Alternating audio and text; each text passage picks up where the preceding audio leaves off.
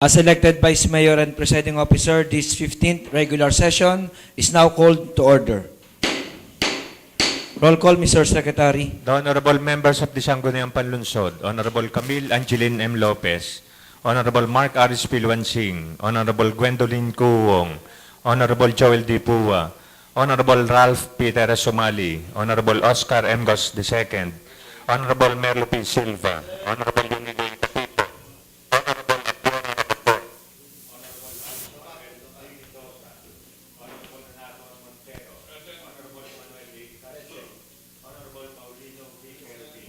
the Honorable Presiding Officer, Honorable Eric B. Africa. Do we have a quorum? We have a quorum. May we request the Honorable Merlo P. Silva for our invocation.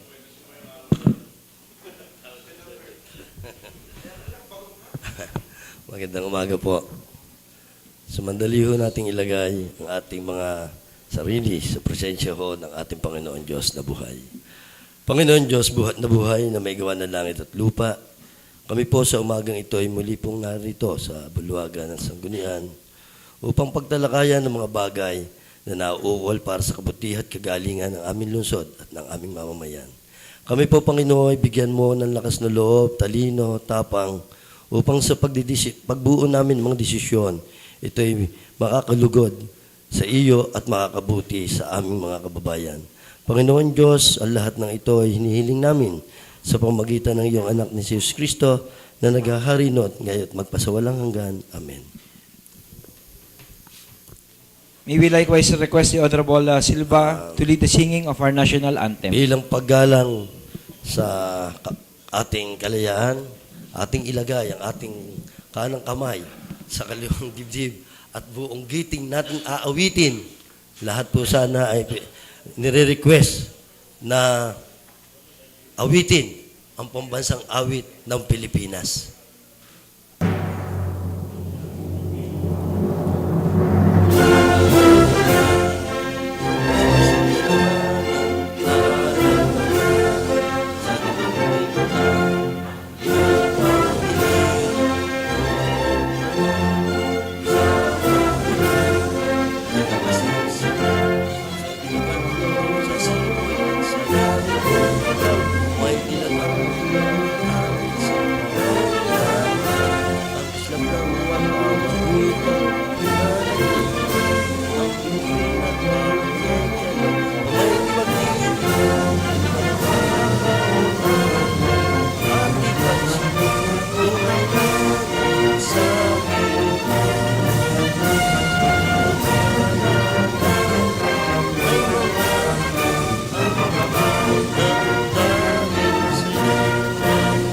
Thank you, Mr. Chairman.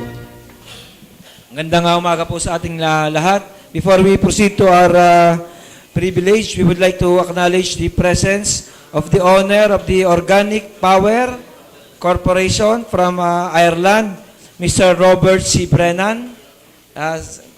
Good morning, sir. Kasama po niyang si Attorney Alfredo Pangkog. Siya po ay corporate secretary po ng National Power Corporation. Meron po silang presentation para po sa Sangguniang Panlungsod regarding po sa solid waste waste to energy program na pwede po nating i-adapt dito po sa lungsod ng Lipa. May I solicit a motion from the Honorable De Castro for the suspension of the rules? I move that we suspend our rules and give way to the presentation of the audio presentation of from Ireland, the owner. Any second? Seconded by the Honorable Silva. Please be informed that this we have already. I received a copy of the MOA, and I told them that anything that the mayor will enter into, it will pass through the Sangguniang. So it requires the presentation of your model through video presentation. So I move that he be allowed to present the same. Any objection? Hearing none, rule suspended to accommodate our guest, Attorney Alberto Pangkog. And Mr. Robert C. Brennan.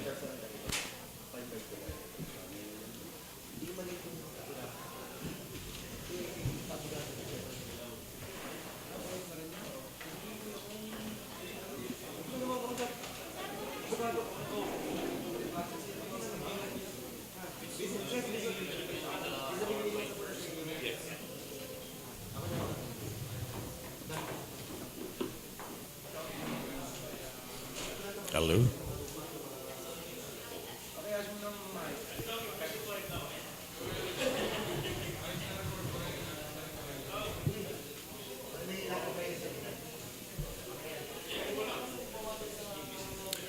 Good morning, Honourable Vice Mayor, councillors, ladies and gentlemen, and people of Lipa. My name is Robert Brennan, and I'd like to thank you very much for the opportunity to come and present some of our technology this morning in regard to waste to energy. And to start with, I'd just like to introduce myself and then tell you a little bit about what we've been doing.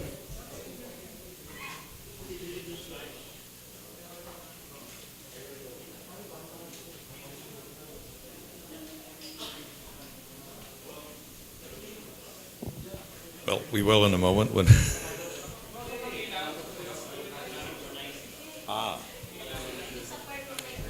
While it's synchronizing, Hindi,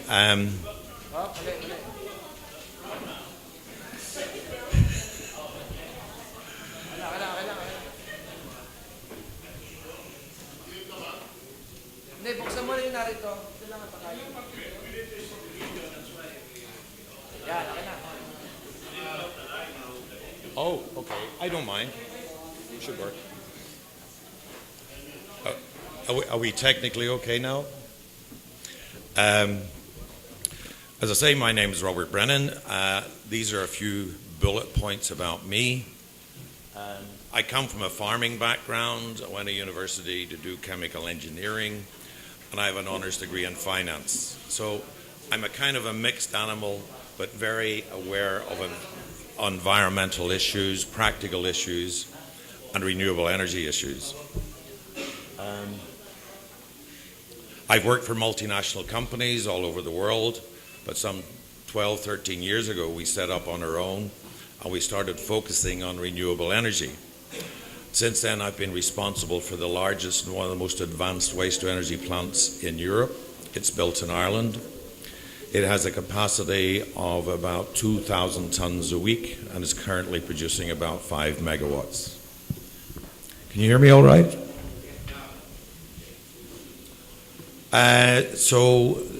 I work closely with government. I've also been the first chairman of the Centre for Advanced Sustainable Energy in Ireland, which was a joint venture between the private sector and some of our leading universities, and responsible for putting 10 million sterling, which is about 6 million pesos, 60 million pesos, in research into sustainable energy. And it's a close cooperation with advanced new technology in renewables, working with universities to commercialize and bring to market some very advanced thinking. Okay, move on. Next one. So, who's organic power? And I thought before I show you the technology, it might be important to give you some credentials about who we are and what we've been doing. We've been quietly working here in the Philippines for the last 3 years to find out how the market works here, what are the scale of the tonnages involved, what is the composition of your waste. In reality, it's very similar to our own, but there are some small differences. But I just wanted to stress the point we have been doing our homework. And in a few moments, I'll show you a little bit more detail about the technology we're talking about to convert waste to energy. But I just wanted to reinforce the point where we just haven't turned up today. I personally have spent some 10 months here over the last 3 years with a small team, attorney and Joel and a few others. So we're now ready to actually bring that know-how to the table. In recognition that we're new and in recognition that you may not want to buy into new technology, we have also brought the funding with us. So we're prepared to build, design and own the technology, and we would insist on running it for a number of years to make sure that it's run properly. These pictures are a representation of some of the achievements we've made during that 10-month period. The very top picture represents us at our Parliament building in Ireland, in Northern Ireland, called Stormont. That's the Senate room, where I'm sitting with two of your congressmen that came to Ireland last year to do a due diligence audit on organic power and on our relations with our government and our relations with the funder. The top picture shows the funder, myself, and your two congressmen signing a MOA in our Senate room in Ireland last year. The middle picture is myself and a few colleagues presenting to the House of Congress. That was a congressional committee hearing. And one or two other presentations we had throughout cities here in the Philippines. One of them was the MMDA, Metro Manila Development Association, where we met with the the authority, and did a presentation to them. So you can see it's been quite a mixed bag. The most recent one was last October, when this picture was taken, as you can see, with the Speaker of the House of Representatives and myself and Attorney Hancock. So that's just to give you a flavor that we've been here for a while and we'd like to think we've done our homework. Now we'd like to move on to this know-how, and I thought it might be a night, we can show you a video in a few moments, but I thought it might be nice to give you what we call a walk-through, fly-through, of what one of these plants looks like. And this is the architect's drawing. And Joel, if you can flip into the... You got to go back to the file. Waste to energy for us is not nothing to do with incineration. Waste simply inherently holds some energy within it. And we're bringing two technologies to the facility to release that embedded energy. We don't make energy. Nobody makes energy. We just release it and transform it from one form to another. That's true of all biomass, like coal. We're just releasing the embedded energy. In this instance, we're releasing the embedded energy from new biomass, waste created today.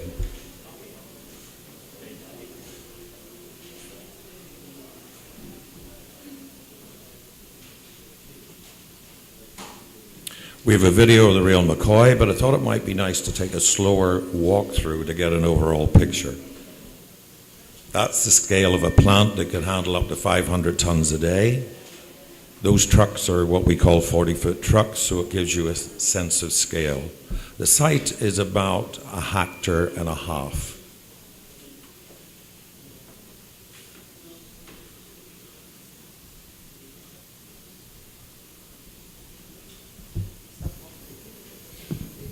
A small reception area.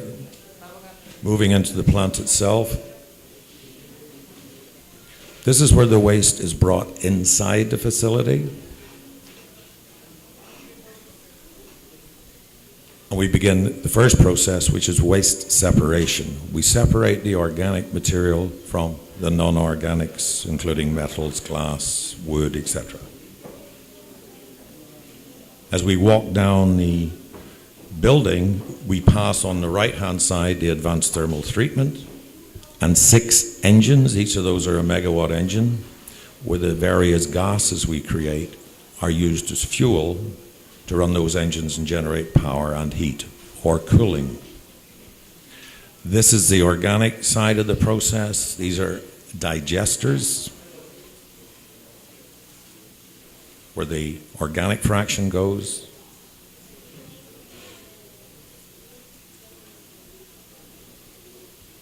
And to allow for growth, we have created a design that allows the facility to replicate itself and make use of existing infrastructure. So we can go from 500 tons a day to 1,000 tons a day on that site.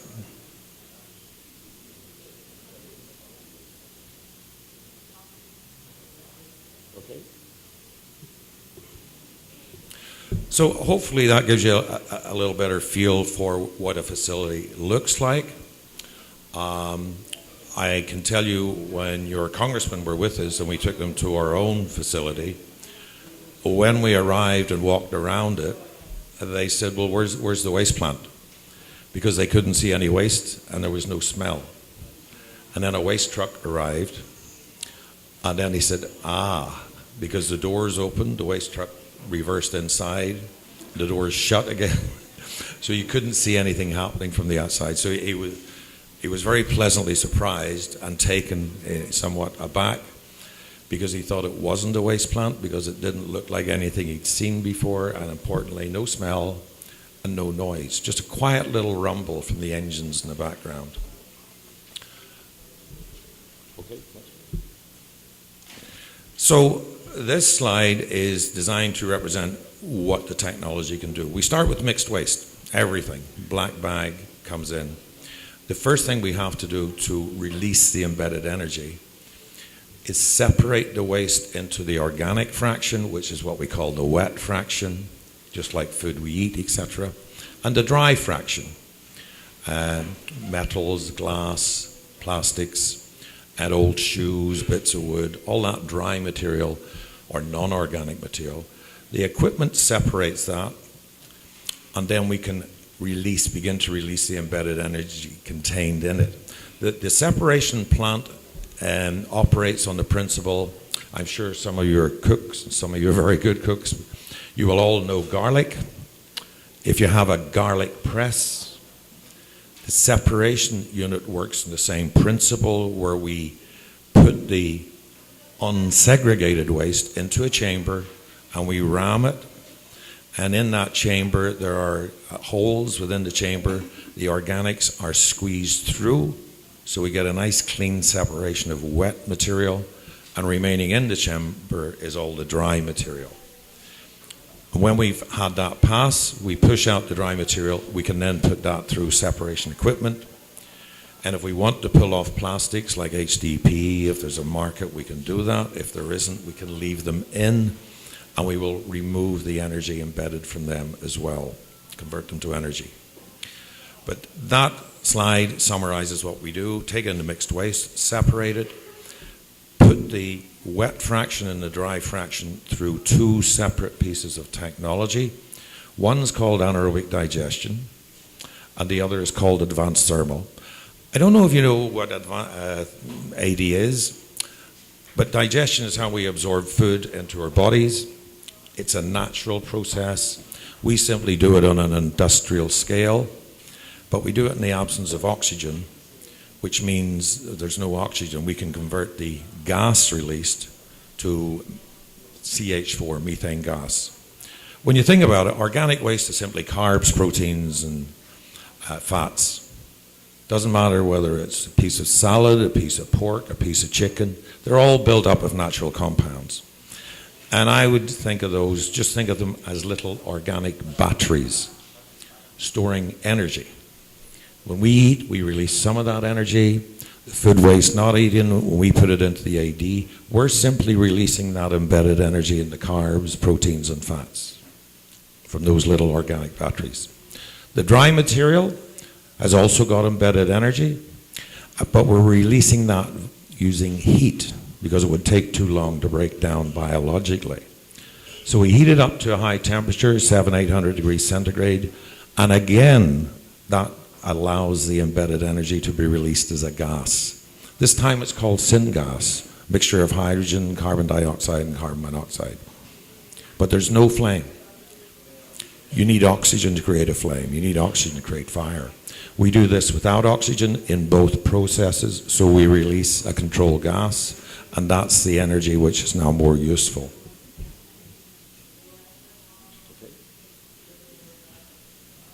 And we could move the next, we covered that. I took a view, we asked the question, I think you have something like 300 tons of waste a day.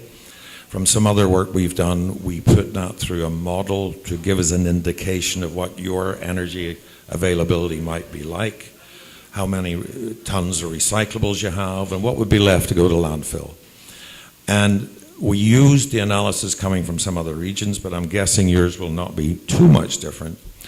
And that's telling us that something like 90% of that 300 tons a day we could use to capture and release energy. About 3% could be recycled, leaving about 7% to go to landfill. So you can go from 100% landfill to down to less than 10 by utilizing this technology.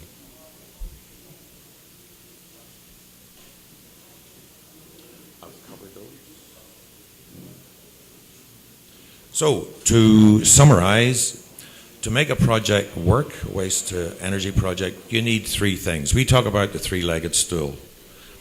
If one of the legs on the stool is missing, the stool will fall over. With three legs, you got to get a sound base. You need the right technology. We have that. It's been audited by your congressman. We need the funding. We now have that in place also. The missing link for us is the actual waste itself, and that's where you come in. So in order for us to create a good project, we need to work with you to supply the waste to make the project stand up. Those are the three key legs: know-how, funding, and feedstock.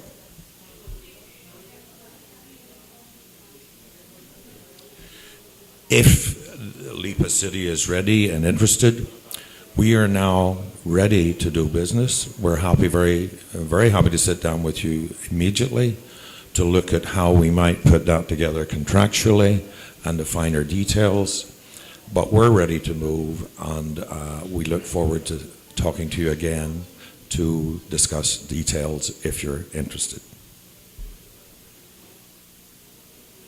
If you would like to see these videos, I don't know what we're like for time. We could bring them up now to show you some plant working. If not, I could send them to the mayor's office. Pardon? Yes, this is plant working. Yes. Yes. Sure.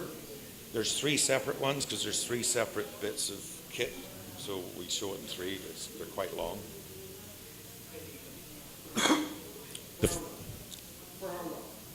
Each one would be about 3 minutes. Is that okay?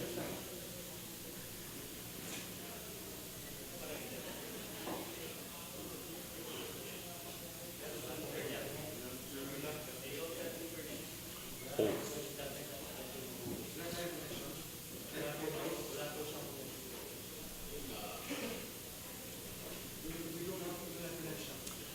Because they're sitting on the web because they're very big files. They're too big to transfer.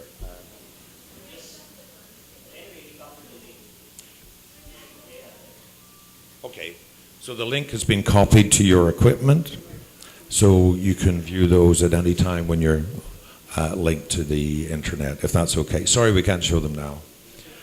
But did you get an understanding of the principle of how we link the different pieces of technology to give an integrated system?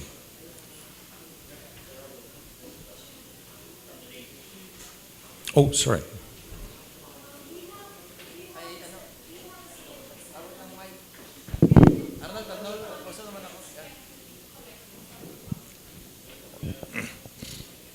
Do you have a proposed site already? Has the site been selected for Lipa? And B, how much tonnage do you expect from Lipa, the wastage that you can collect? Okay. And how much energy can we produce out of that tonnage? All I right. think those are the three important items. Three questions. First one, site.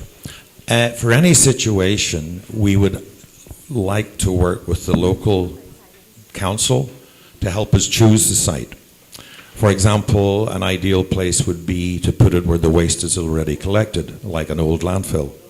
However, my preference would be that you put the power generator, which is what this really is, it's a power plant, perhaps on an industrial estate where the local industry could make use of not only the power but also the available heat from the engines, or we can convert that heat to chilling. So you have choices, and we would much prefer to work with local people to help us identify a suitable site. The second question was tonnage. I believe we were told it's around 300 tons a day. If we were going to do something with you, the first thing we would do is a due diligence. We would put a small team in to work with you for a week to check the daily tonnages, measure them, look at the waste composition.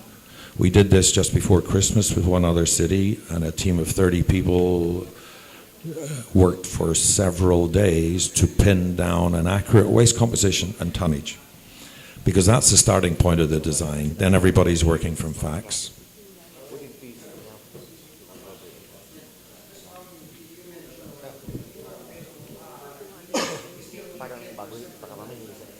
Sorry? 10%? On my assumption, it's about 7. It might be a little bit lower, a little bit higher. That's why we do the waste analysis, to see what's in there.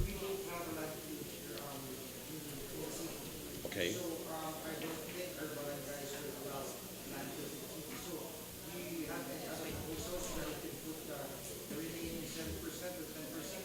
Where are you sending your waste now?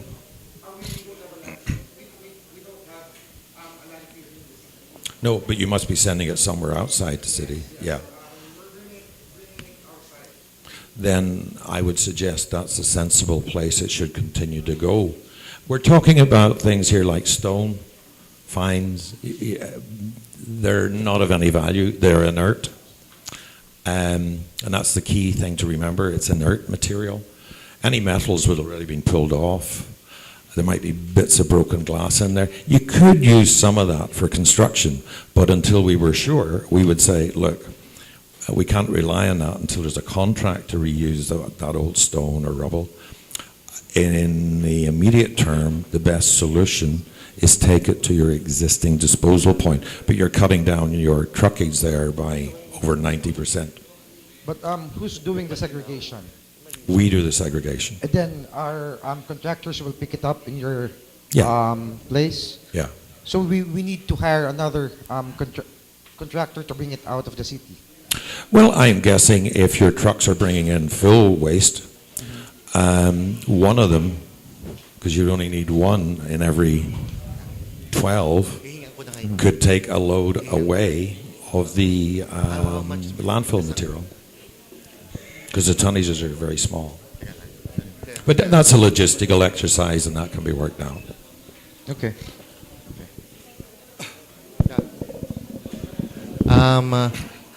From the three things needed, I see that you need 20, terms of 20 years. Do you think it would be enough for you to recover the investment? And after 20 years, would you turn it over to the Lipa City government? Two things. First one, 20 years is designed to recover the investment. Otherwise, the funder wouldn't be countable. After 20 years, essentially the funder has been paid off and we've made some money, because otherwise the deal won't happen. This is normal. And we'd be quite happy to sit and discuss what might happen to the facility at that time. Be happy to do that. Good morning. Good morning. Mr. Bresnan. Good morning po.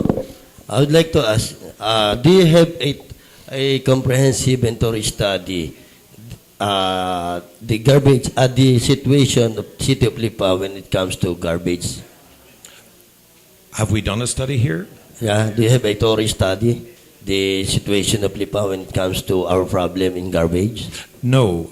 We have a... So how do you come up that you want to enter into the city government if you don't have any study on that? The first thing we would do is what we call a due diligence study. So if you were interested in doing something with us, we would then conduct a due diligence study within the next few weeks to do a waste composition and tonnage analysis. And Working with you. Our problem now is the garbage. So it has happened that you are proposing that the garbage will be turned into energy, right? What kind of energy you are going to produce, and what will happen to the energy that you are going to produce? Can we use it for the benefits of the city? Well, first of all, the waste, yes, we're proposing to release the embedded energy. We're not making energy. Nobody makes energy. Coal power stations don't make energy. They release it from coal, they release it from oil. We're doing the same thing. So we're capturing that remaining resource. And we're converting it into electrical power, because at the moment, financially, that is the strongest business model to justify the investment. And we do that using standard engines, which run generators. But engines, as you know, also produce heat. So we also have available heat that could be used, or heat can be converted to chilling, and that's why we would seriously look at putting the facility where that energy could be best used by your local industry. Sir, Mr. Brennan, may I? Ma'am. Who's the next? Anybody? Okay. ma'am. Okay. Mr. Brennan, I'd just like to ask you, given that there is no landfill in Lipa, and the other proposal is to build a site, which I think would be beneficial because the trucking would now be shortened instead of bringing it out to another city. And since we're discussing it in Lipa, then sensibly the plant should be in Lipa. I would agree. You would be discussing this with another city if you were talking about the landfill. Sure. So A, you have to have a plant site. B, you need trucking. Is that included in the in your costing? The site is pretty straightforward in that there will be many sites that would be suitable. It's Right. simply a question of choosing. The Third- trucking, we would not want to do any trucking. Okay. We would rather work with the people who currently do the trucking, because they're better at it than we are. Okay. We'll stay with what we're good at and Okay. work with people who are good at what they do, which is the collecting. Third, you said that the generator should be where it should be sending the power off, like the user, right? Yes. But are you going to be under the EPIRA? Is this going to be under EPIRA where you will be selling the power directly to the national grid, and the national grid sells it back to the consumer?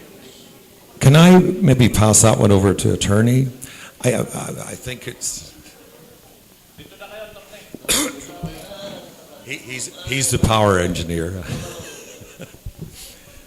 Whatever we do will be legal, but it's the mechanics. Sir, Mr. President, sir, so, may I ask a question?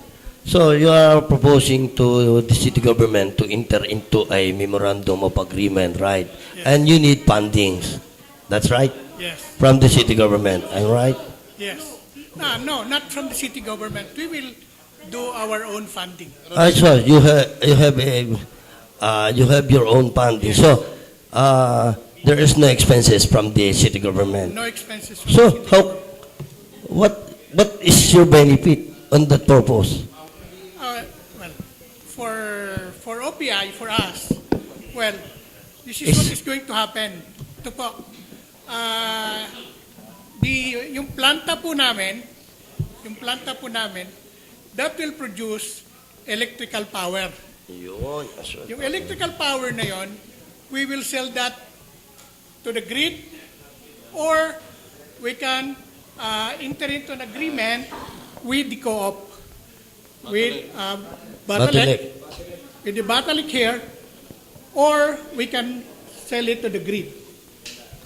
So dalawang bagay lang po yan. Eh, paano ho kung Bottleneck ho ay mag-disagree? Where do you sell your power? Then we will, kung wala talaga, we can even go to the WISM. Yan yung parang stock market ng power, ng elektrisidad. No? So it is very clear that there is no funding coming from the city government. No. So, kahit po isang sentabo, wala akong manggagaling. So sa amin na siguro, hindi na ho siguro kami mag-iisip pa. Oho, dahil amin nga na nagtataka nga ho kami, dahil parang hulog kayo ho ng Diyos dito sa lungsod ng Lipa. For the reason you can introduce your technology, you can use your talent for the benefits of the people of the city of Lipa. And one more thing, sir. In producing energy, electrical energy, as you said, how much volume of garbage you need on that particular production of electrical energy?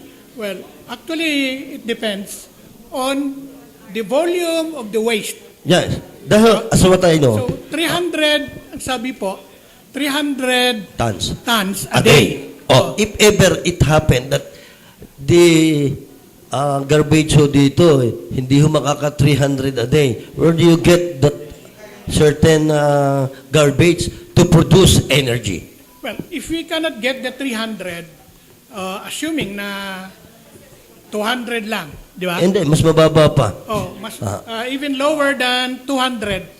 We can, because that only comes from the city of Lipa. Lipa, yeah. We Lipa can City also- alone. We can also ask, or that we be allowed to get other waste from the other outside of Lipa, or even from the industrial estates, So, even here in Lipa. there is a possibility that Lipa City will be known as City of Garbage. Hindi naman You know po. why? To produce energy, electrical energy, right? Which is beneficial to the people of Lipa for the reason that they can pay electrical bill as lower as the bottleneck collecting the residences. I'm right. So, kulang ang basura. So, para lang ma-sustain. And I think, kukuha kayo sa iba't ibang bayan. Tama po. So, yun na nga sinasabi ko. I'm pursuing that this city become a city of beautiful people. Baka ho mangyari maging city of garbage. Hindi naman po kailangan na garbage from other sources. We can also have as waste energy from agriculture. I think we're talking about there, if for any reason the waste in the city went down, that would change history because there's no city I'm aware of in the world where it's gone down in the last 50 years. You might stabilize it. But worst case scenario, if we needed more energy to make the plant viable, we can also take in what we call energy crops. That's happening a lot in Ireland because we grow so much grass and we got too much of it. So we use a lot of agricultural materials in there as well. The plant can take that. This plant could also be advanced or modified to take in sewage sludge. And I don't know what's happening with that in Lipa. But any organic, remember, it's all carbs, proteins, and fats. And if you want to remember anything about organics, just remember, bugs don't read books. They just eat carbs, proteins, and fats. So it can treat any organic material. Thank you. Attorney, excuse me po. May location na kayo, may ideal location na kayo to this sa Lipa? No, to be honest, we wouldn't look for a location until we were closer to understanding you wanted to work with us. And then the first thing we would do would be the waste audit. In parallel with that, we would ask you to recommend a few sites and we'd go and take a look with you. So, ibig sabihin nun, yung lugar, so ang first move niyo dito pa lang sa City Council. So, wala hong knowledge dito, the executive, the city mayor? Wala pang idea na kung nagkausap na ho kayo ni mayor? Kagawad Nilo, for your information, may batin. They've already made a presentation before the office of the city administrator. In fact, they have already asked how much volume yung capacity na makukolekta. And according to the city administrator, with the 32 barangay, they can collect 40 tons a day. According to them, 32 barangay, 40 tons. So the minimum requirement of their equipment is only 30 tons to produce a viable electrical supply, electricity. 30 tons.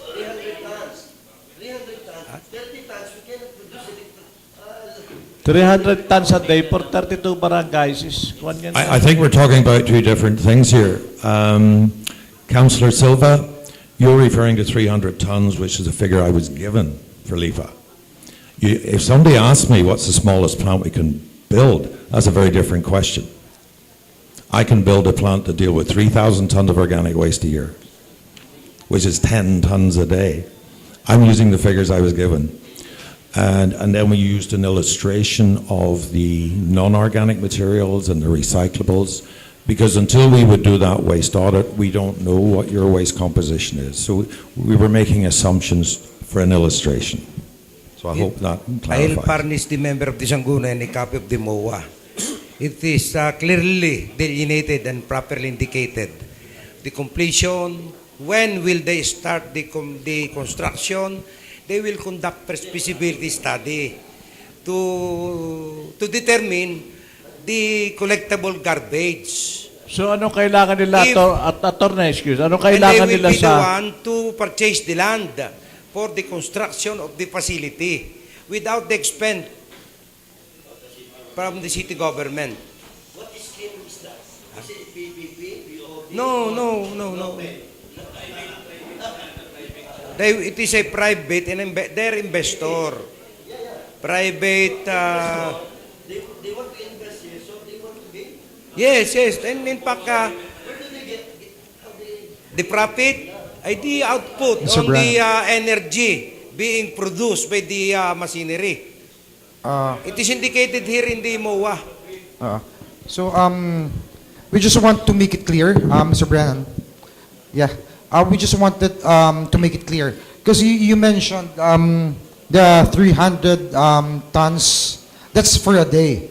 The minimum garbage that we collect here in Lipa, is that, am I correct? Those are the figures that we... That were given to you? Yeah. Can I ask who gave the figures to you? Is it the city administrator? I think it was at the last meeting, which Joel did 2 months ago. Yeah, maybe It's the it maximum. is. Maybe it is. That's for a day or a day?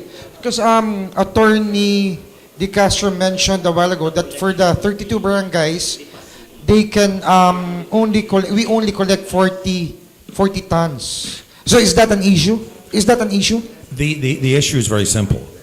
The reason we do the due diligence, first thing we do is actually watch your trucks, take the waste sample from every one of them for a week to tell us exactly what tonnage you have and what's the composition. That's why we do that due diligence first before we do anything else. And we do it in conjunction with you. We would ask some of your people to work with us. We've done it in 2 separate areas before, and one, we discovered their tonnage was totally wrong.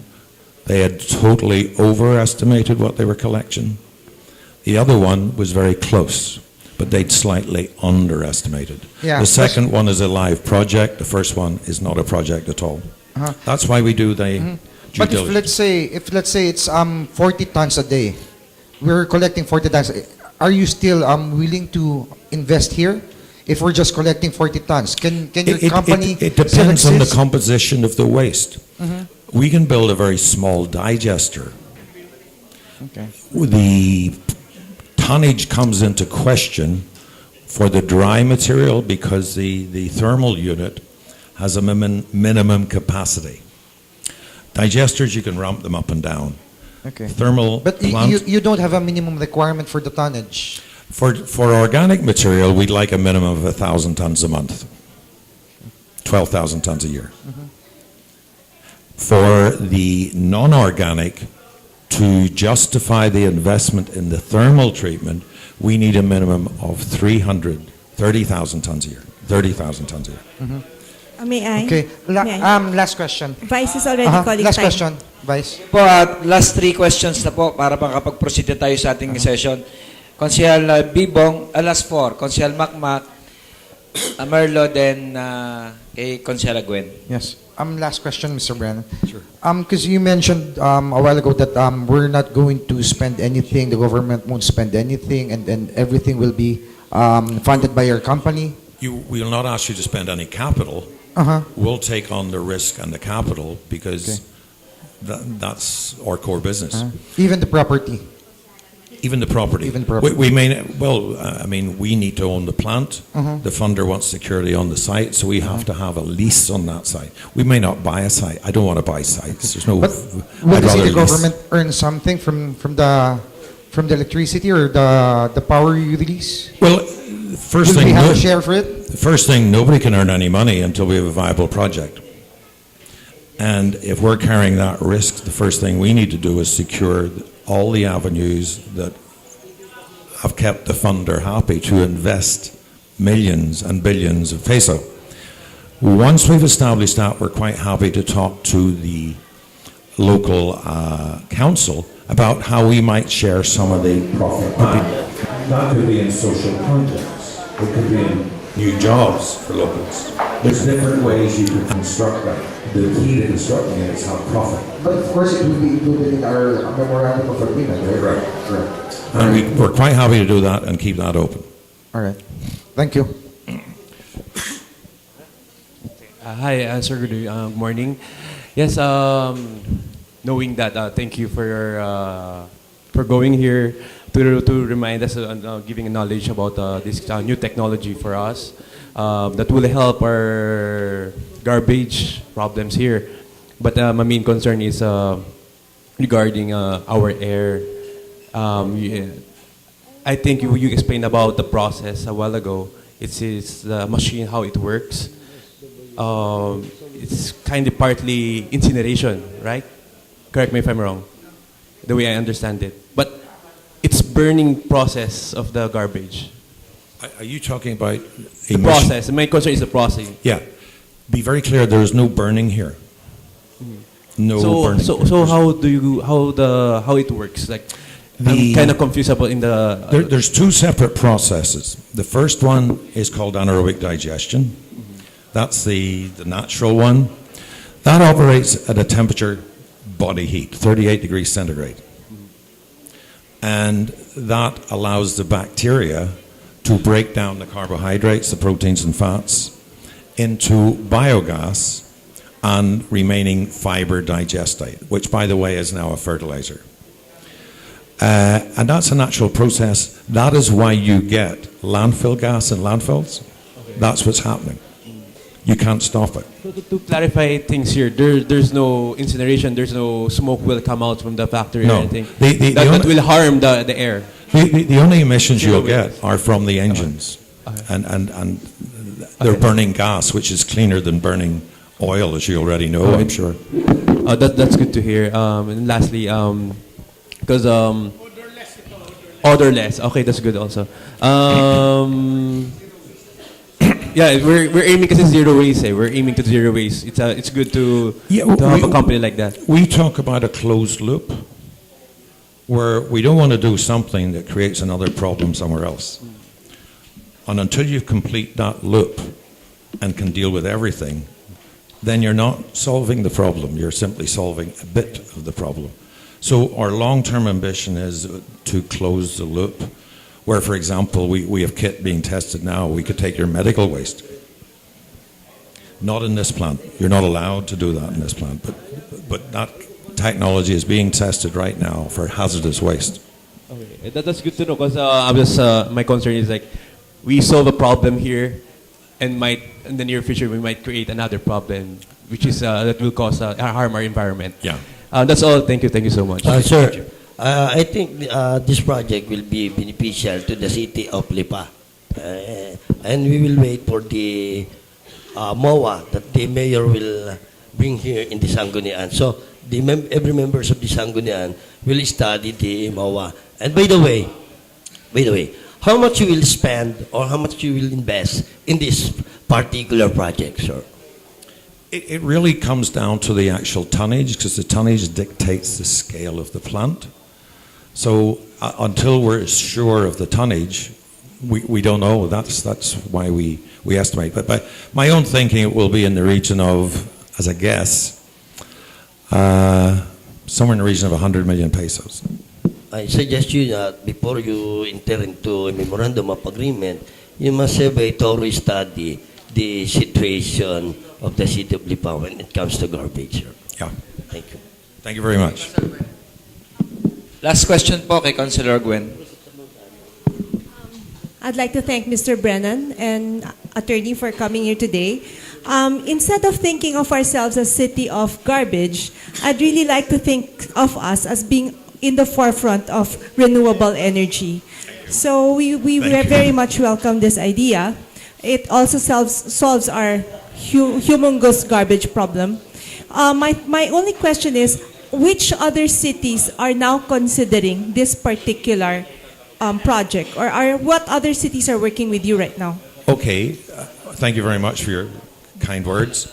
First thing I would say to you is I like your approach.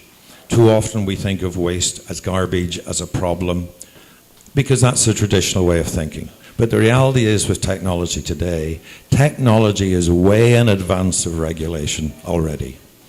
And we simply look on waste as a resource. We are not a waste company. We are an energy company. We're a renewable energy company. So that's what's coming to Lipa if you work with us. We're not a waste business.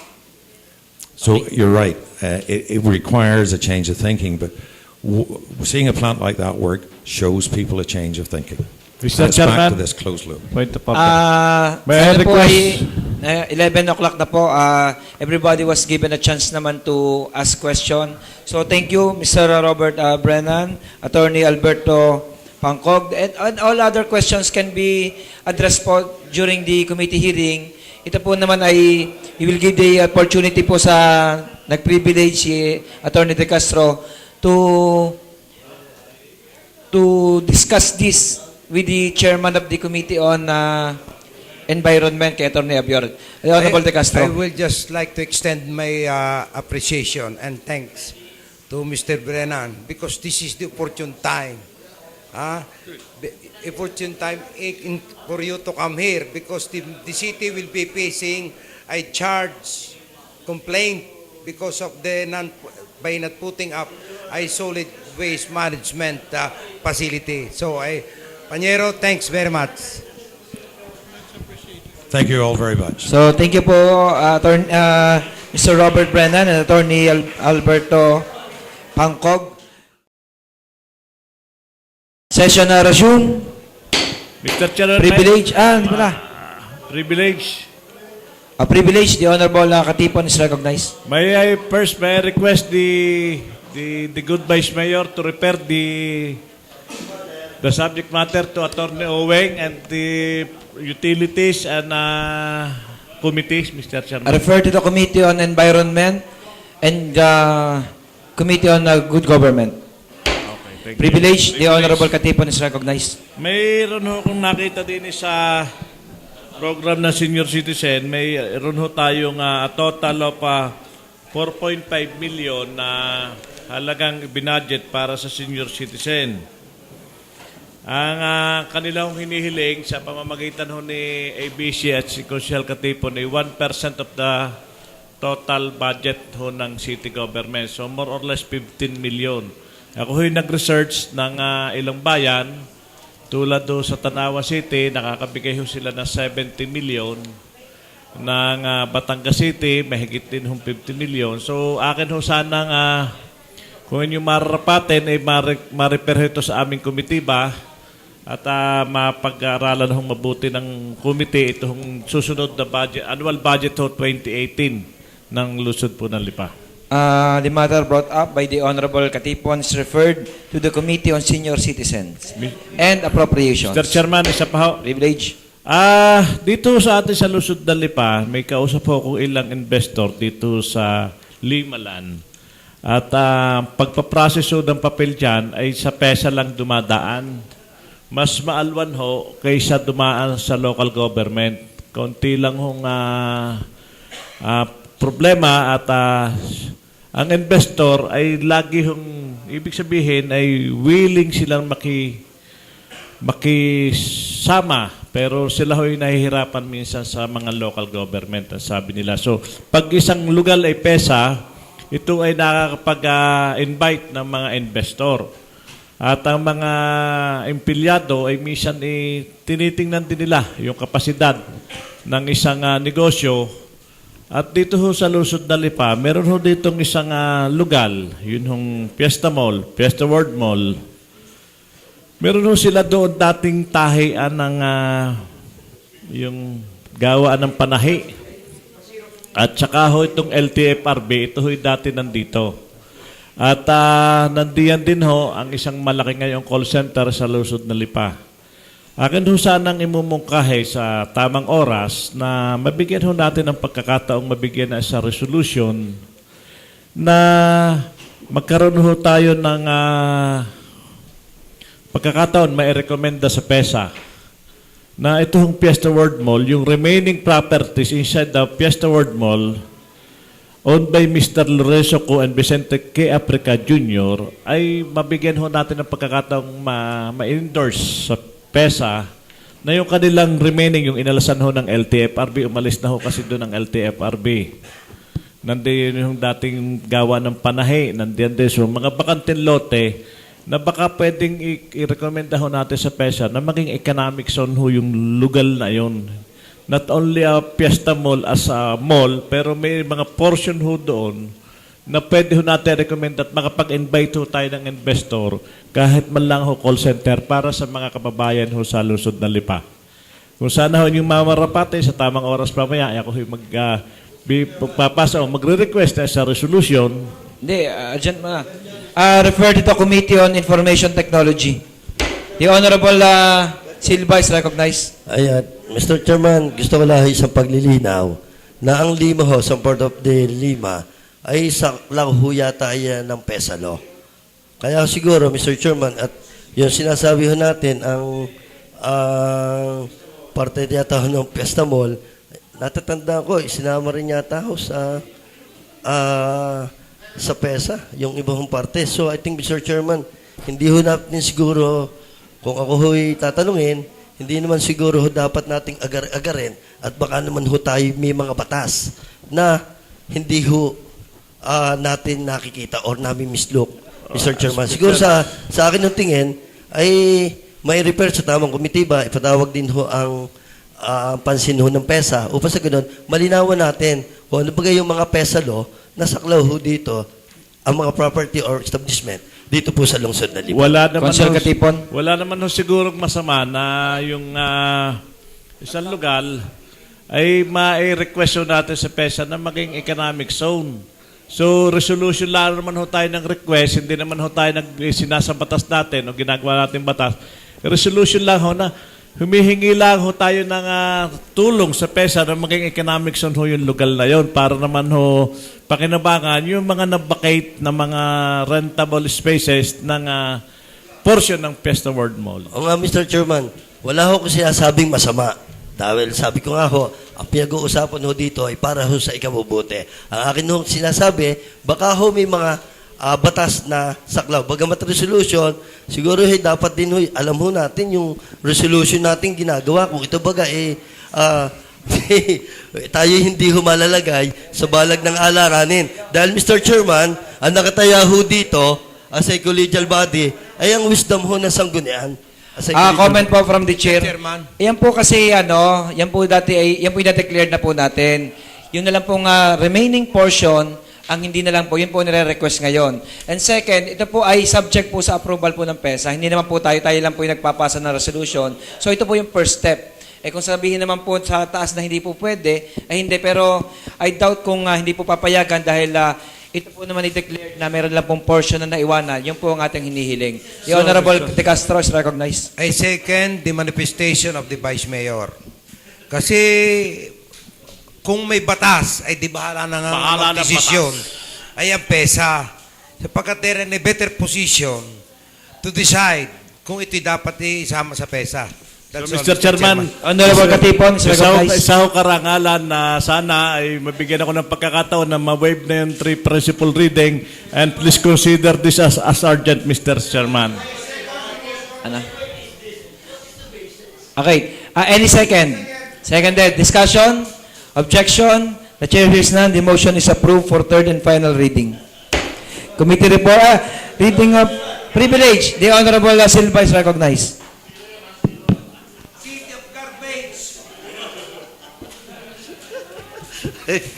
Mr. Chairman, magandang umaga ho. Mr. Chairman, ako ay privilege speech ito at ako ay may ordinansa tungkol po sa ating mga senior citizen o pangunahing mamamayan na lungsod na Lipa. Hanggang ngayon ho, wala pa akong committee hearing. Ay nasabi ko na ho sa lahat ho ng barangay na tayo ay may draft ordinance, Mr. Chairman. Ang akin yung chairman ayaw po ho. Pero Mr. Chairman, seriously, sa pag-ikot-ikot ko ho, dito sa Robinson, sa SM, Fiesta Mall, sa South Supermarket, at sa iba't ibang establishmento, Mr. Chairman, ay nakikita ko, Mr. Chairman, na marami ho tayong senior citizen, Mr. Chairman, kapag, halimbawa ho, may binili or kung ano, ay wala ho silang lugal. Wala ho maupuan. Ako'y nakakakita, Mr. Chairman, senior citizen, mga senior citizen na kalahating oras nakatayo po, Mr. Chairman. Halimbawa kung may iniintay na apo, may iniintay hong, siyempre, senior citizen. Kuminsan alam mo nating madali hong mahapo, ang iba ho'y madali hong mahirapan, at ang iba ho'y talagang kailangan na ho ang magpahinga. Ay nakikita ko, Mr. Chairman, ay wala hong espaso o lugar para sa mga senior citizen. Ay sabi ko nga, siguro kailangan dito sa lungsod na Lipa na ang mga senior citizen ay mabigyan ng lugar na kung saan ay pagka sila ho'y gusto na magpahinga, gustong maupo, at gusto hong magkaroon ng chika-chika habang nag-iintay ho ng mga kasama, ay magkaroon ng lugar. Kaya siguro, Mr. Chairman, I'm requesting na lahat ho ng establishment dito sa lungsod na Lipa ay mag-provide ng isa pong lugar para maging upuan or pahingahan ng mga senior citizen ng lungsod na Lipa. At basta senior citizen nun, baka sabihin nun ni Paring Nilay, paano yung mga senior citizen na San Jose? Hindi ka. Kaya siguro, Mr. Chairman, ito kayo kinakailangan i-refer sa committee ba or... I-refer po muna natin. Refer to the Committee on Senior Citizens. Before we proceed, we would like to acknowledge the presence na pong ating 6th District Chairman po ng Senior Citizens po ng Batangas Province, si former Barangay Captain Cuenca. Siya po ang dito po, representative po dito sa lungsod na Lipa. Ito, Mr. Chairman, isa ho yung, Mr. Chairman, ang kita ko rin ho, dapat ho siguro isang ordinansa para may mandato ho at may ngipin. Mr. Chairman. The Honorable, sino po ang chairman ng senior citizen? Ako ho, I will do that. Okay, he will do that. Privilege, the Honorable Kerubin is recognized. Good morning, Mr. Chair, sa atin pong miyembro ng Sangguniang Panlungsod. Nung linggo po, bandang 2 o'clock, ang yung lingkod po ay nakatanggap ng tawag mula po sa pamilya ng aming kapatid na si Kapitan Danny Katibog, at siya nga po ay dinala sa Medex Hospital, at pagdating nga po doon ay talagang wala nang malay. Although po ay may malay pa, pero sinabi na po ng doktor na talagang wala nang pag-asa. Kaya po kahapon, bandang alas 11, nag-decide na po yung pamilya na ni Kapitan Danny para tanggalin na po yung aparatos. Kaya nga po siya po ay namatay, at ngayon po ay nasa bahay na, kahapon pa. Sa punto pong ito, hinihingi ko po yung ayuda ng ating mga membro ng Sangguniang Panlungsod para kung meron man po tayong financial na iaabot, pagsamasamahin na po natin para po personal na may abot ng ating Vice Mayor. Thank you po. In addition po. In addition on that, siguro, Mr. Chairman, tayo magpasa ng isang resolusyon na tayo ho ay nakikidalamhati sa pamilya ho ng atin hong Kapitan Danilo. Joint motion na kayo ni ABC. Sige, motion mo na for so akin ho, tayo ay magpasa ng isang resolusyon ng pakikiramay at pagdalamhati sa pamilya ng Kapitan Danny Katibog ng Pagulinging Bata. Any second? Seconded. Jointly move po yan and seconded. Discussion? Objection? The chair hears none. The motion is approved for third and final reading. Privilege, the Honorable Monfero is recognized. Thank you, Mr. Chair. Magandang tanghali sa ating lahat. Ako ho ay tumayo dito kasi meron hong nakarefer sa inyong lingkod bilang chairman ng Committee on Sports. May privilege speech po dito si kagalang-galang Honorable Merlo Silva. At ang tingin ko naman ho rito, hindi ko na kinakailangang itawag pa ng committee hearing. Ang privilege speech po ni Councilor Merlo ay commending the KLL for its successful hosting of Al-Qoaa. Dalawa ho yun, pero yung isa ho, tingin ko ay kailangan kong i-committee hearing. At yun nga hong padalwa ay yun hong Honorable Merlo Silva commending to implement the Special Ordinance Number 021-2005, also known as Ordinance Creating the Lipa City Athletic Council and Providing Funds thereof. Ay wala naman ho yung ating chairman ng appropriation. Kaya ho, yun hong unang privilege ni Councilor Merlo. Ang tingin ko naman ho, ito ay commending laang sa pakapagos ng ating KLL. So, with this,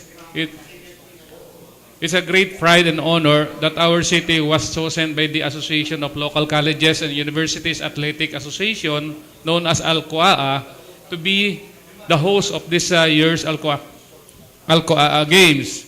So with this, as a chairman of Committee on Youth and Sports, I would like to pass a resolution commending the Kolehiyo ng Lungsod ng Lipa for the successful hosting of the said games that was held last April 9 to 15, 2017 in our city of Lipa. So, minumungkahi ko rin, Mr. Chair, na ma-exempt ito sa three reading principle. Any second? Seconded. Discussion? Objection? The chair hears none. The motion is approved for third and final reading. Thank you, Mr. Privilege, Chair. the Honorable Silva is recognized.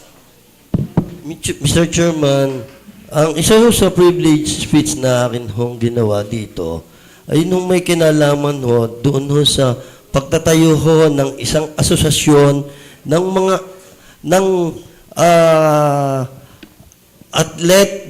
isang asosasyon ng mga isang asosasyon ng lahat ho ng mga eskwelahan ng kolehiyo, yun, natatandaan ko ho, kolehiyo at at ng mga universidad, Mr. Chairman. Tapos saan ho ay para gahong style UAAP, na kaya nga sinabi ko ho, sa privilege speech ko, may Al-Qoaa, ay iba't ibang bayan, tayo nakapag-host noon, pero bakit ho dito sa lungsod na Lipa, madami na hong university, madami na hong colleges, pero wala hong athletic association, Mr. Chairman, na parang sa UAAP in CAA, Mr. Chairman. Yun nga ang punto de vista ko. Bagamat tayo nga ho, sinasabi ko ho, at ako pa rin nga ho ang author ho noon, nag-create ho ang city government ng Lipa City Sports Council. Dapat ito'y magamit ng city government yung ordinansa na i-create through the power of the Sangguniang. Siguro, Mr. Chairman, ang punto de vista ko, siguro, ang committee chairman ay magdawso na isang committee hearing, tawagan ho lahat ng mga universidad, kolehiyo sa lungsod na Lipa, at nasa ganun ho ay magkaroon na tayo ng isang asosasyon ng mga atletiko sa lungsod na Lipa, Mr. Chairman. Refer to the Committee on Youth and Sports. Kolehiyo. Privilege, kung wala na po, we'll proceed to the reading of the minutes of the privilege. The Honorable Gwen Wong is recognized.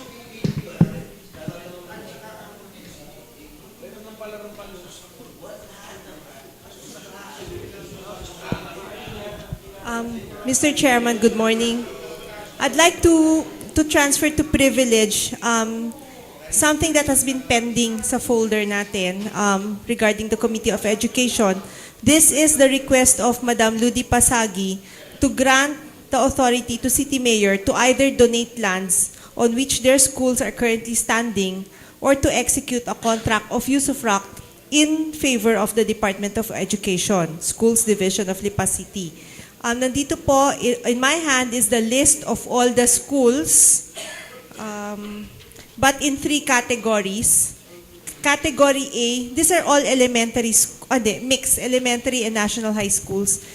Category A in their letter already Point of states... order, Mr. Chairman. What's the May point I of order? request the good chairman na bakit hindi ho natin yan isa lang sa committee hearing? Atin hong imbitahin lahat ho ng teacher. The integration ay makilala ho talaga dapat natin yung mga tao, yung mga teacher na ang Sangguniang Panlungsod, ang role ng Sangguniang Panlungsod sa lungsod ng Lipa. Yung makita natin yung mga teacher na, kasi hindi naunawaan ng mga teacher, basta nadating yan sa kanila eh. Actually, Yun ang point of order ko po na baka Konsehal- pwede hong i-committee hearing ho ninyo. Konsehal Katipon, medyo napepending na po kasi ito at kailangan nila Ay. ang contract of usufruct or deed of donation to be able to access their MOOE. Pag nagtawag pa po Mr. tayo, Chairman, but the aabutin people tayo of ng barangay, the people of the DepEd, dapat humalaman nila yung pag-i-initiate nyo na ito isang Sangguniang Panlungsod na nag-i-initiate ito. Gamitin ho natin ang cultural center, bilhin natin ho sila doon ng popcorn at saka coke. Ating isa lang ho sa committee hearing. Ito ang role ng Sangguniang Panlungsod, especially the chairman. Ito yung request ni Dr. Pasagi na ito ay pina-integration ng inyong superintendent. So maganda, may counting speeches ka, may the majority floor leader, the vice mayor, para naman malaman nila dahil hindi rin ho nila alam nang akala ho nila yun yung kanilang allowance ng mga teacher ay pinatigil na Sangguniang Panlungsod. Baka hindi ho niyo alam. Bakit ang tanong ay bakit ito pinatigil ninyo? Hindi alam na COA. Dapat malaman na rin nila na ito ay pwede tayo mag-initiate, makipag-dialogue sa COA, baka ito marireconsider. So yun yung mga bagay-bagay na yan. Ay naman yung suggestion ko lang. Okay, I think let's take things one step at a time. Yun munang request dito. If we work fast, mararamdaman nila maaga makakarating sa kanila ang papeles at ang kanilang MOOE. That would settle some of their issues. So, siguro the best thing to do na lang ay yung copy ng resolution ay individually natin gawin per school. Then magkakaroon naman ng brigada eskwela, saka natin papaskel sa mga classroom na alam naman yan although material na kung sino nag-initiate, basta importante matulungan na lang natin yung mga schools na makuha na nila yung kanilang mga MOE. Proceed na po. Thank you, Mr. Chair. I'd like to, for the record, I'd just like to indicate that there are 3 categories of school in the list. Category A are those whose titles are clearly in the name of Lipa City Government. So, there's 20 schools. Mr. Chair, would you like me to read every name? Okay. So, under Category A, where the titles are in the name of Lipa City Government, Bagong Puok Elementary School, Bolbok Elementary School, Bolbok National High School, Bulaknin National High School, GB Lontok Memorial School, Inosloban Marawoy National High School, Labak Elementary School, Leonicio Patulot Memorial School, Lipa City National High School, Padre Valerio Malabanan Elementary School, Pag-ulingin Bata Elementary School, Pangaw Elementary School, Pinagtung Ulan Elementary School, Plaridel Elementary School, Rizal Elementary School, Sampaguita Elementary School, San Lucas Elementary School, Senator Claro M. Recto Elementary School, Tambo Elementary School, and TM Calao Memorial School. So that's Category A, 20 schools. Category B and C, the DepEd does not have the copies of the titles, but their records show, and there is evidence that such titles belong to the City of Lipa, evidence being tax declarations being under the name of under the City of Lipa.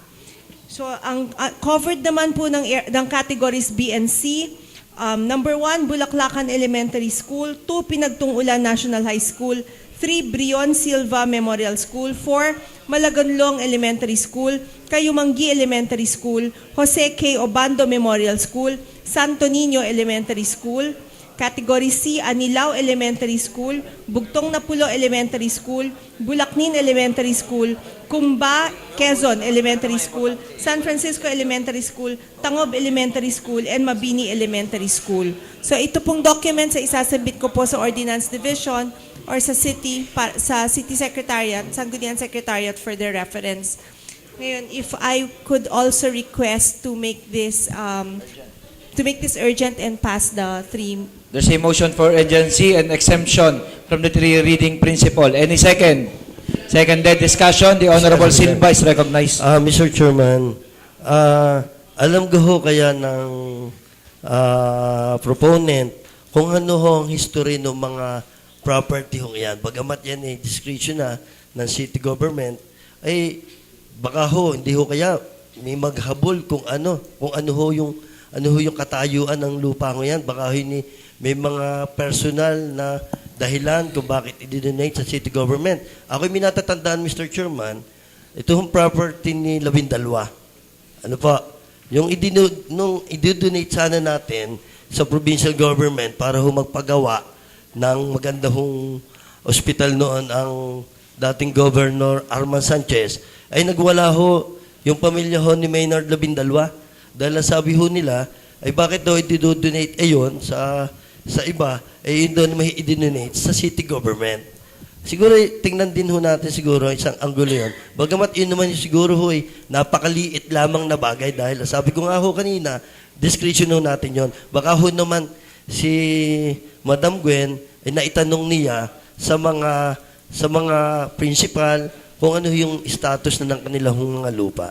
Kaya ang request naman po dito, pwedeng deed of donation or contract of use of rock. In this case, let us just give the authority to give the contract of use of rock para po makagalaw tayo. What is the best? To donate or contract of use of rock. Use of rock. Okay na tayo sa contract of use of rock.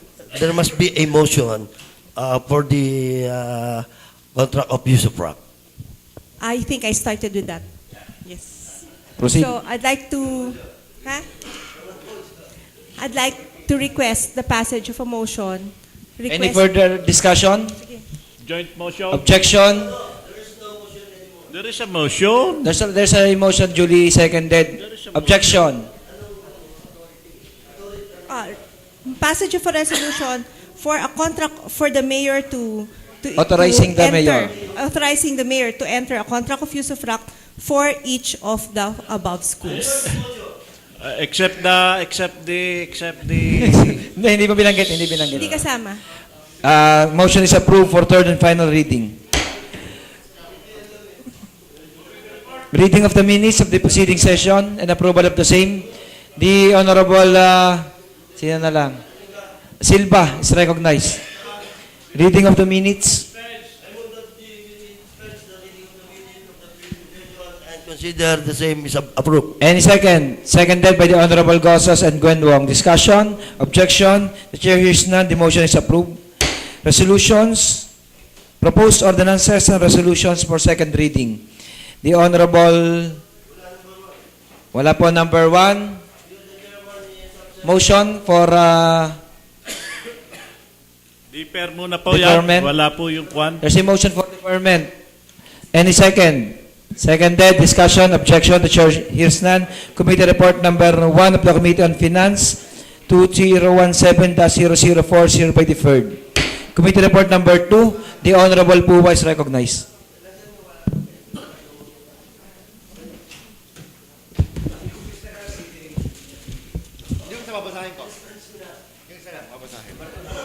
Babasahin ko pa ng isa Torre. Hindi na rin? Ha? Mr. Chair, Committee Report, House Number 2017-013,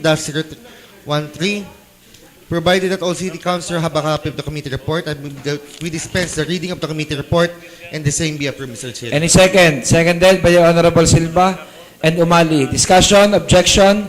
The chair hears none. Committee report number 2 is hereby adopted. Number 3. Papasahin ko pa ito. Papasahin ko? Ha? Papasahin ko to. Ano to eh.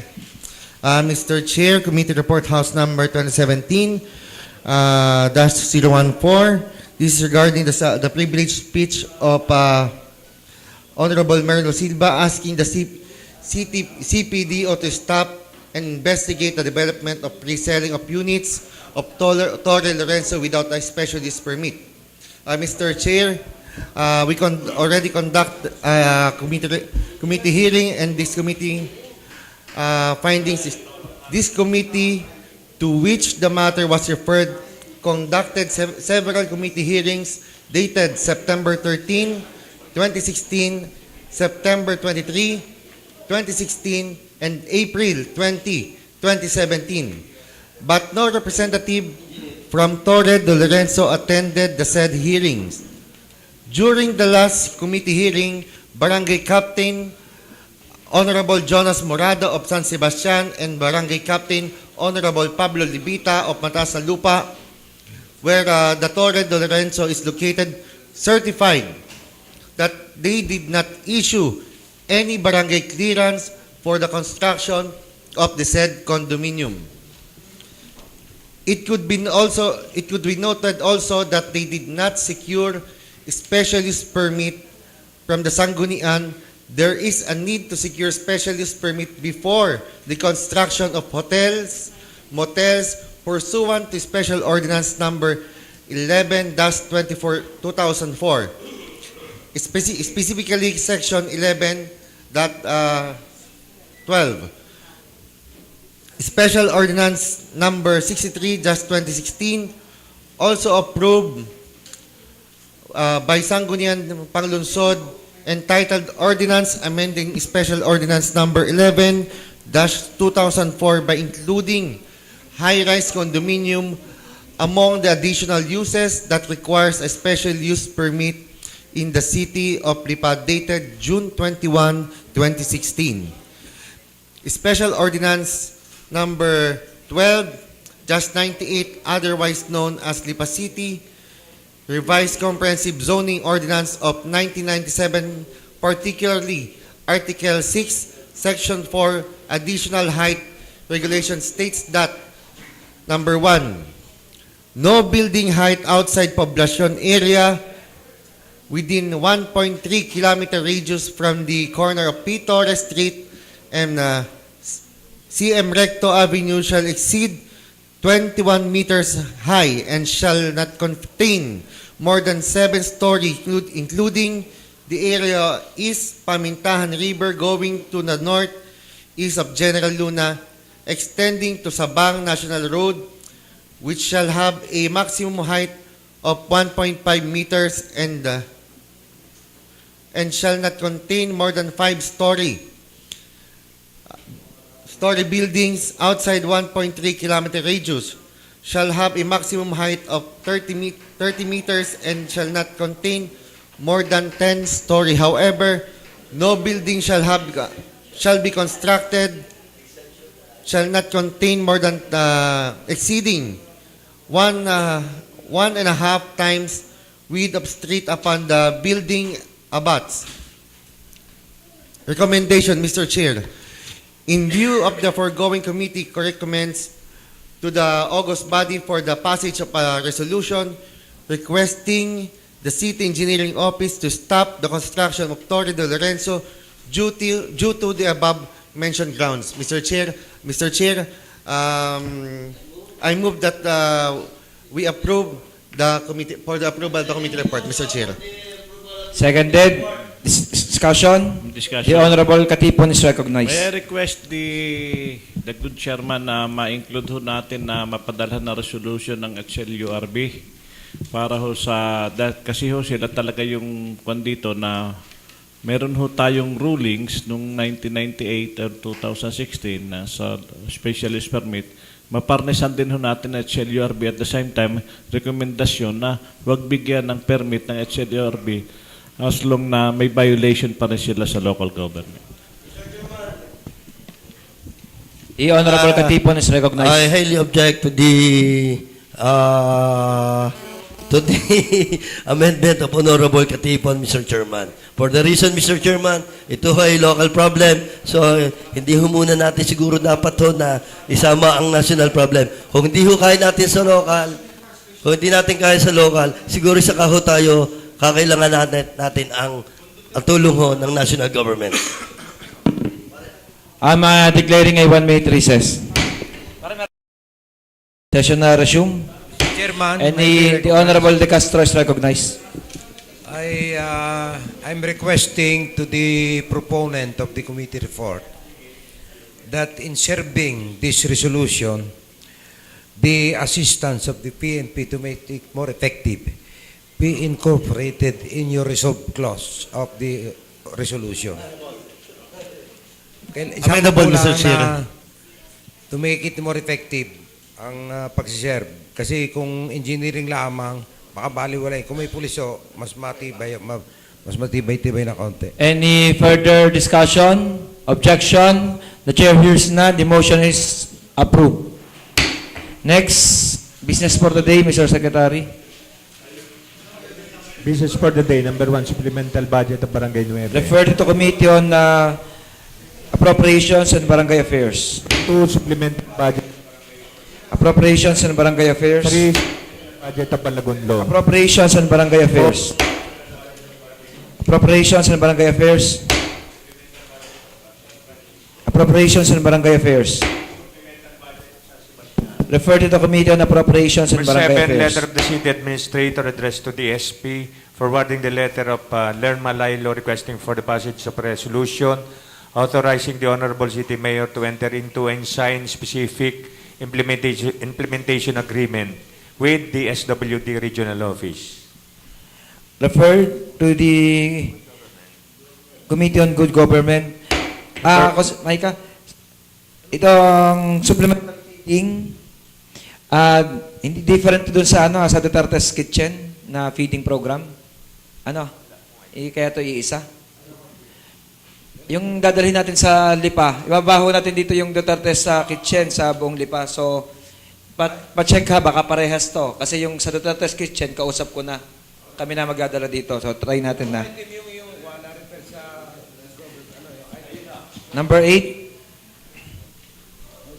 Number 8, letter of Petronio Mercado addressed to the SP regarding their sentiments on the closure of Barangay Road done by the Ace Line Company Limited. Committee on Land Use. Number 9, letter of the City Mayor addressed to the SP requesting for the passage of resolution authorizing the City Mayor to enter into and sign contract of lease between the City Government of Lipa and Mr. Danilo Toralba for a certain portion of Lipa City Government property. Land Use.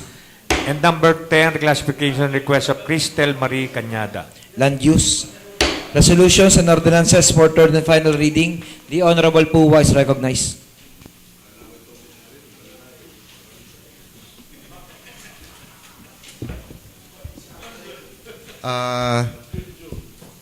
Isa-isa ko pa ba? Third reading.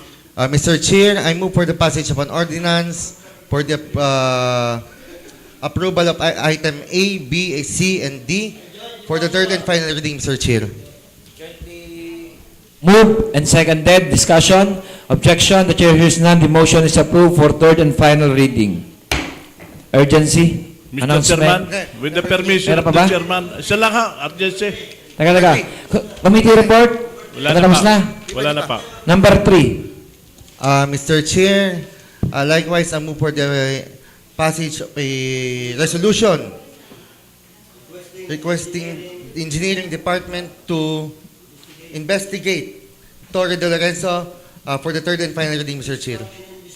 Any second? Seconded by the Honorable Silva. Discussion. Objection. The chair hears none. The motion is approved for third and final reading. Mr. Chairman, The Honorable Katipon is with the permission of recognized. the Chair of Land Use, I please consider item number 9 as urgent. Number 9, authorizing the City Mayor to enter into a contract with Mr. Toralba. Discussion. The Honorable De Castro is recognized. I will not interpose objection to the authority of the mayor to enter the contract. Lease agreement provided a rental fee. Rental fee, apa. There is a And, rental fee. with the incremental, with the increase after the 5 years. Apa. 20%. And yung pong yung space po, baka ito yung buong City Hall. Hindi, ang space po yung nakalagay yun din 5 meters by 2. 10 square meter po, 10 square meter. 10 square meter din po. Apa. 5x2. So pleasing, kopyahin nyo. Doon na lang ho sa kanilang... Saka po, Mr. Chairman, baka po din itigil na natin yung pagpapako. Ay, yan ho, ito yung katapusan na talaga. Ay, wala na ho naman katapusan na paglalagyan. walang hanggan. Wala na ho paglalagyan. Kasi gawa ng masyado na, baka kailangan na natin yan. Ang mga kontrata niya, 20 years. Apa. Baka Ilang years po? Ilang years? 10 years? 10 years. 10 years, sige. Pero 3 tama years. na po yan. Until such time na po gagamitin po ng city government. Oo, yun. Okay. Lagyan natin yun. Okay. Whichever is earlier. Yes, sir. Objection? The chair hears none. The motion is approved for third and final reading. The Honorable Puwa is recognized. Ushel Puwa, the tower of the tower. Okay. Ito na, tower. Okay. Mr. Chair, this has been referred to me last week regarding the request of SMART for the issuance of specialist permit of their 13 towers, Mr. Chair. Ilan po? 13. I second the motion. Seconded. Discussion. Objection. The chair hears none. The motion is approved. Sir Chairman, point of For urgency. Point of clarification. Urgency, Mr. Chair. What's the clarification? Identify na po ang pagtatayo ng smart. Meron na. Ah, baka hindi ko sa selected kalagay. Sige. Motion? Nakatayo na ba? Hindi, babasahin ko pala. Mr. Chair, allow me to read the sites. Mr. Chair. As stated in the letter. Mr. Chair, urgency. Mr. Chair, I move for the passage of a resolution authorizing the city mayor to issue specialist permit to the following sites: Lipa Ludlod, Lipa Sabang, Lipa San Benito, and Tipakan, Lipa Tambosico, Lipa Marawoy, Lipa Pinagkawitan, Lipa Sico, Lipa Mabini, Lipa Ludlod, Lipa Levittown, Lipa Antipolo, Lipa Bugtong, and Digital Lipa City, Mr. Chair. Yung kasi dalawa-dalawa yung... Any second? Seconded by Consul Silva and De Castro. Discussion, objection. The chair hears none. The motion is approved for third and final reading. Any other matters? The Honorable Kerubin is recognized. Mr. Chair, I move for the urgency of item number 1 to 6 of the business of the day, except item number 4, the supplemental budgets of Barangay 9, Fernando, Malagunlong, San Francisco, and San Sebastian. And one thing, Mr. Chair, maisama na rin po yung supplemental budget ng Munting Pulo. Any second? Jointly moved and seconded. Discussion, objection. The chair hears none. The motion is approved. Mr. Chair, I move for the passage of an ordinance approving the supplemental budgets of 6 barangays. Barangay 9 amounting to 340,777.80. Barangay Fernando, 669,777.15.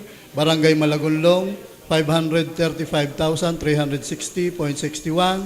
Barangay San Francisco, 391,767.76. Barangay San Sebastian, 723,463.98. And Barangay na Munting Pulo, 1,706,088.26 for third and final reading, Mr. Chair.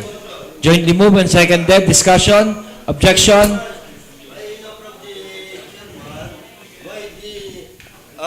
Supplemental budget of Barangay San Celestino is not included to the motion. Mr. Chair, pumunta po sa akin ngayon si Miss Vivian Pagkaliwanggan ng budget na meron daw pong idadagdag pa sila. Kaya wag daw muna yan.